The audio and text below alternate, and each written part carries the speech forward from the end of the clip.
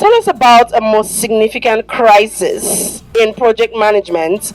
And why I'm asking this question is because a lot of people hear about all the wonderful stuff in project management, how you can make money, how you can pivot, how you can be and all that.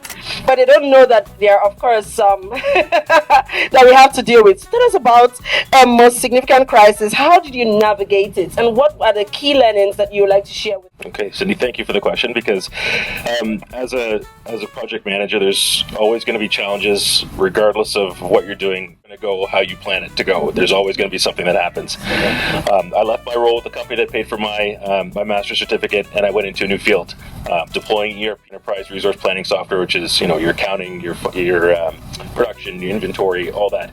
I went into a company that deployed those. My first project with this company, I had been there less than 2 weeks. So I'm a brand new project manager, brand new to this company, a multi-million-dollar project to caretake for 5 weeks while the project manager who was running that project was away.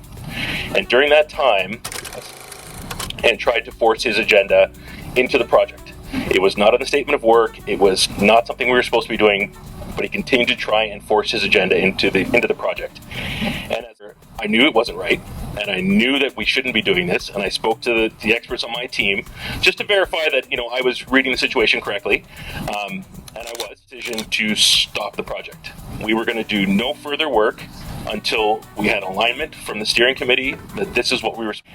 And I was sweating because you've just put the brakes on a multi-million-dollar project.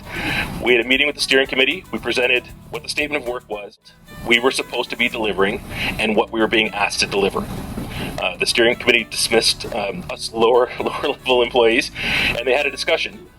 And that stakeholder was removed. That scope was removed, and we were put back on task on what we were supposed to deliver. And it was a very nerve-wracking moment. What had happened, because I had stood up and said, this isn't right, we shouldn't be doing this, and I was proven to be right, and we got the project realigned, and we went forward, and we ended up with the project. So, but nerve-wracking the entire time. But it goes to show that if you have an understanding of what you're supposed to be doing, and you see something that isn't right, we're going to stop here until we figure out what's supposed to be happening.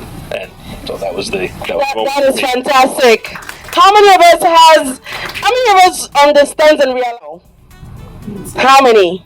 I know you're like, so I'll just tell the CEO no. Do you know what he did? He told SVPs and VPs, told them, sorry, we can't move forward with this project. That is so fantastic. And as a project manager, you know that you have a lot of power, right? He just told you how powerful you can project. He put it on hold. Woo-hoo. Yeah, that was our responsibility, was to deliver it properly. So. Yeah. Fantastic. So that was really mind-blowing, and that is some of the parts as a project manager. I remember a specific project. I had some stakeholders, dragging their feet and getting a change request done, and then I sent multiple reminders